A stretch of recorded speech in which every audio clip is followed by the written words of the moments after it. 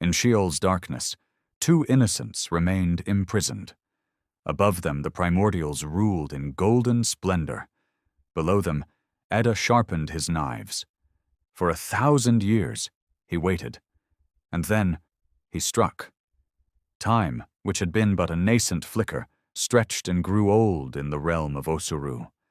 The ages turned slowly, like a vast, unhurried millstone. And in that span, the very nature of the primordials began to shift. Secure in their unassailable might, the bright rulers of Osuru, those who had forged the cosmos from the dust of creation, grew indolent, dangerously complacent. Their days became a continuous, glittering cycle of unending feasting and joyous, self-congratulatory revelry. The boundless energy that had once been spent on creation was now squandered on pleasure. And in their luxurious abandon, they gave scant, grudging thought to the countless beings they had subjugated and bound into servitude beneath their golden thrones. At the zenith of this complacent power stood Hiher and Nkeke, who had built their dwelling, a breathtaking palace of flawless, brilliant white stone, upon the very highest, cloud-piercing peak of Osuru. Unto them was born a son, a child of such extraordinary fairness and grace that he was beloved by every eye that rested upon him. His spirit was pure and luminous. His laughter, a sound like the most exquisite music ever played, echoed through the palace halls and warmed the cold stone. His inherent kindness was a wonder to behold, rivaling even the legendary boundless compassion of Jifa.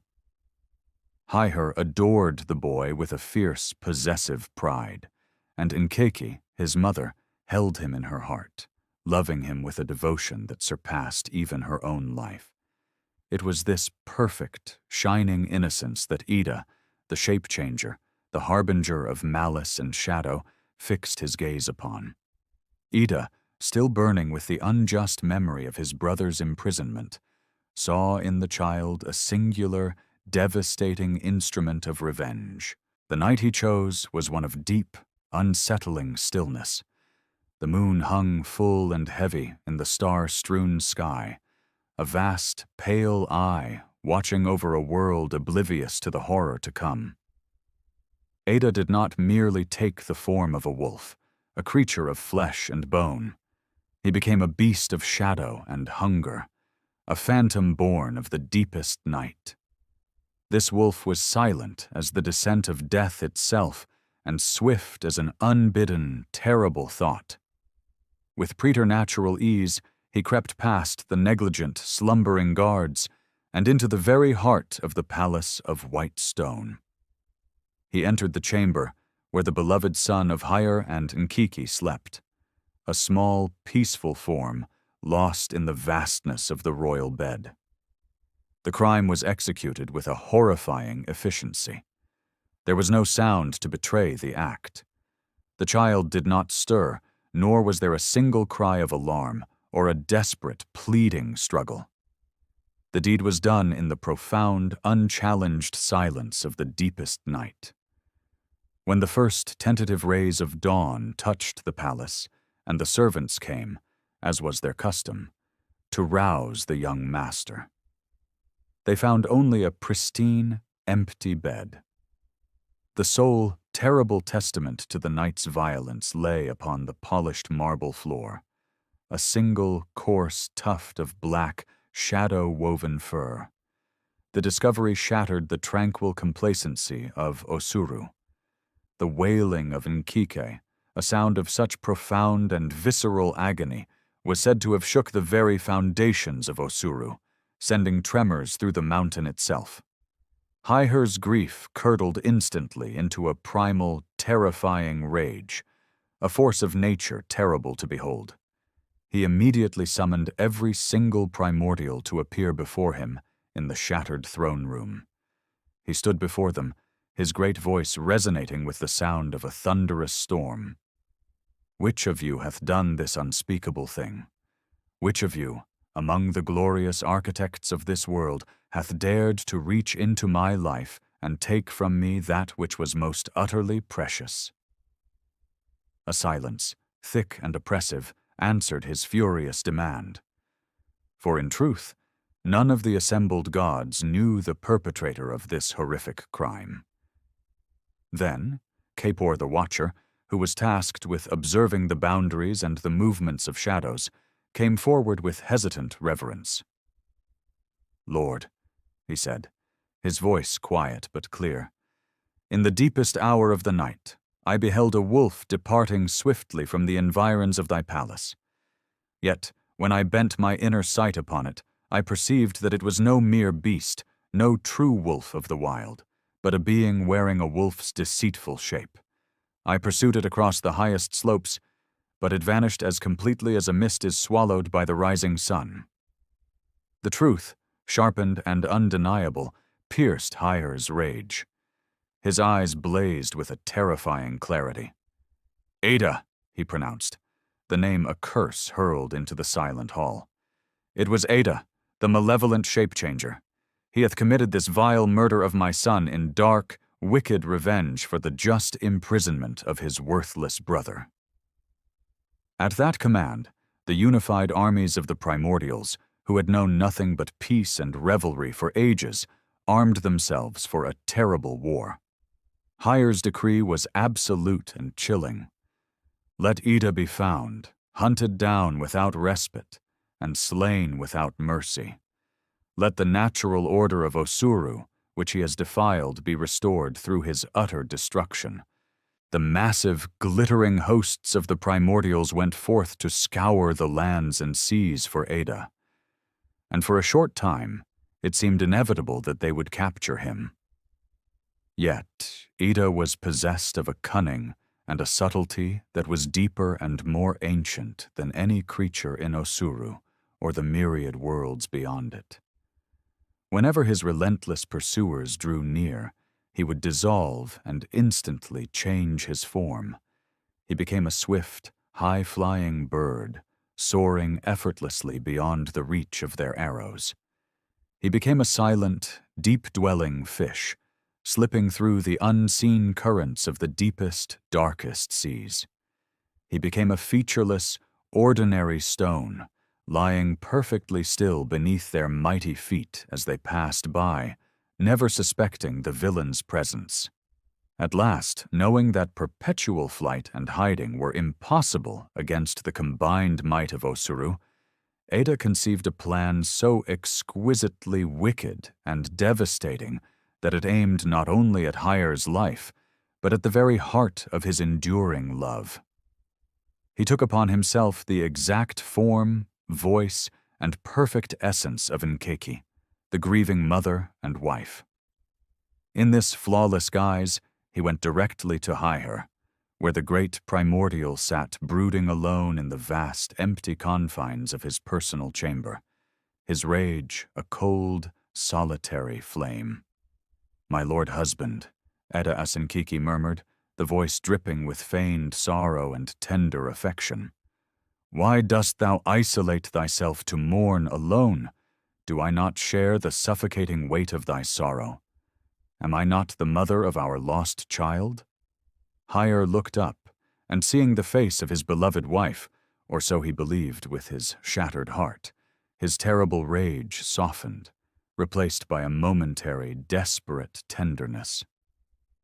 "Forgive me, my love," he replied, his voice rough with grief. "In the crushing weight of my sorrow I have grievously neglected thee." Then Eda, in the guise of the heartbroken Nkeke, began to speak with insidious, cunning words, each phrase a perfectly formed drop of poison designed to sow and nurture the deadly seed of discord. "Thinkest thou truly," he said, his voice a study in innocent concern, "that Eda, the wretched shape-changer, is the only one guilty in this black affair? Methinks the true Nkeke knew of his wicked plan, and kept a treacherous silence. How else, I ask you, could he have entered our secure palace so utterly undetected? She hath betrayed thee, my lord, trading the life of her son for some dark, unknown pact." These venomous words were an instant, searing poison to Hiher's broken heart and exhausted mind. Though he fought the vile accusation, resisting the temptation to believe such a horrific betrayal at first, Eda was relentless and patiently insidious. Over the course of the following days, he appeared again and again in the guise of Nkeke, always at the moment of Hiher's lowest despair, each time planting new, more potent seeds of doubt. He expertly twisted every truth into a damning, plausible lie, subtly altering the memories of their life, until, inevitably, Hiher's foundational, unbreakable trust in his true wife began to erode and finally crumble into dust. Meanwhile, the true Nkeke, consumed by the devastating loss of her son, sought the solace and comfort of her husband, only to find him utterly cold, distant, and filled with a strange, repellent hostility she could not comprehend. When she pleaded, asking what profound trouble weighed upon his mind, he would only turn away, offering her his cold, unresponsive back. When she reached out a shaking hand for comfort, he would recoil from her touch, as if she were carrying a contagion. A vast, icy chasm opened and widened between them, and the poor, true Nkeke was left utterly lost, unable to understand the cause of this new, terrifying betrayal. Having successfully initiated an irreparable strife between the two most powerful beings in Osuru, Eda's initial terrible task was complete. He departed from the glorious, now wounded city. He dove from the highest cliff and plunged into the boundless ocean, swimming down into the deepest, blackest depths, a realm where all natural light was extinguished and the crushing pressure could destroy all but the strongest, most primal forms of life. There, in that profound, silent darkness, Eda established his new dwelling, patiently beginning the process of gathering unto himself all the disparate, festering forces that bore bitter grudges against the proud, oblivious primordials. Chief among these dark recruits was Osum, a being of colossal power, another son born from the vaporous mist that had risen from the spilled blood of the defeated giants. Osum was the undisputed commander of storms and chaotic tempests. His deep, howling winds could tear down the strongest, most ancient tower, and his titanic, churning waves could swallow entire islands whole, returning them to the sea's dark oblivion. He had long suffered and chafed under the arrogant, oppressive rule of the primordials, viewing their golden laws as a hated chain. When Eda came to him with clear, concrete promises of absolute revenge and the overthrow of the established order, Osum listened with a burning, fierce eagerness. "The time is already upon us," Eda told him, his voice echoing in the deep. "When the overweening primordials shall finally fall, join your terrible power with mine, and we shall be the ones to witness them cast down forever from the dizzying height of their pride and glory." Osum immediately pledged himself, his immense power, and his chaotic will unto Eda's dark cause. He was not the only one. Others followed the call to shadow. The monstrous, venomous serpents of the deepest ocean trenches, the ancient, malevolent spirits of ruin and pure rage, indeed, all those who had been summarily cast aside, insulted, or brutally enslaved by the bright, self-proclaimed rulers of Osuru. In Osuru itself, the paradise was irrevocably lost. Innocence was departing like a slow, poisoned tide. The unnatural and deep-seated discord between Hiher and Nkeke, having been successfully nurtured by Eda, metastasized and spread like a swift, devastating pestilence through the entire civilization. Accusations, both whispered and shouted, were freely made. Long-standing alliances shifted and cracked under pressure. Trust, once the bedrock of their society, eroded into suspicion. Brother began to turn against brother. Dearest friend suspected friend with a bitter eye. the very foundations of the perfect shining order of Osuru began to crack and splinter under the insidious weight of internal hatred. Ea and Ina beheld these grim and tragic things from their refuge far afar, for they had chosen to dwell in the solitary margins of Osuru, having grown profoundly weary of the blinding arrogance and endless pride of the main primordials.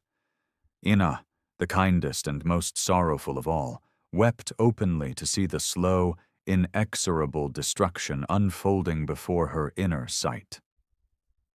"This, Ea," she cried unto her husband, her voice thick with tears, "is the bitter, terrible fruit of long festering injustice. When my brother Ejo was imprisoned long ago for no genuine crime, when Eda's brother was cruelly cast into the endless blackness of Sheol, we planted deep seeds of hate, resentment, and betrayal. Now, in this terrible moment, we are beginning to harvest only thorns and bitter sorrow." Ea's strong, wise face was grave with ancient wisdom. "The time of reckoning, as the old texts foretold, approacheth with dreadful speed," he said softly. "I feel it in the deepest part of my being, in my very bones, as though the entire vast cosmos groans under the unbearable weight of a great, terrible thing about to fall and shatter." "What then must we, who have remained true, do?" Anna asked, her eyes searching his face for guidance. Aya was silent for a period that seemed to stretch into an eternity. At last, he spoke with the quiet determination of one who sees the necessary, devastating future. "We must endure what cometh," he said. "We must shelter, wait, and survive the great collapse. And when the breaking of the world is complete and all lies in ruin, we must then gather the scattered pieces and, with weary hands and renewed resolve, begin anew." In the endless, crushing blackness of Sheol, the ancient, imprisoned giants Ejo and Osi stirred in their age-old darkness. Though they were unable to see anything with their physical eyes, they perceived with a powerful inner sight the approaching storm of war and chaos that was brewing in the world above. "The long-awaited day of our liberation cometh," Ejo whispered, the sound a dry rustle in the eternal dark. "Aye," Osi replied, his voice filled with the weight of ages of confinement. "But at what unimaginable cost shall that freedom be purchased?" The elements themselves, sensing the cosmic instability, began to grow wild and profoundly discordant. The sun rose fitfully, a sickly, unreliable sphere. The moon waxed and waned without any predictable pattern or logic. Stars, as bright as tears, fell from the heavens and burned out in the atmosphere. Osum, eager to please his new master, sent his most violent, colossal storms against the very heart of Osuru, darkening the once luminous air, stealing all vestige of gladness and warmth from the world. And still, in the silent, immense pressure of the deepest depths, Eda waited, patient as unmoving stone, unhurried, watching, perfectly poised for the single, perfect, most devastating moment to strike.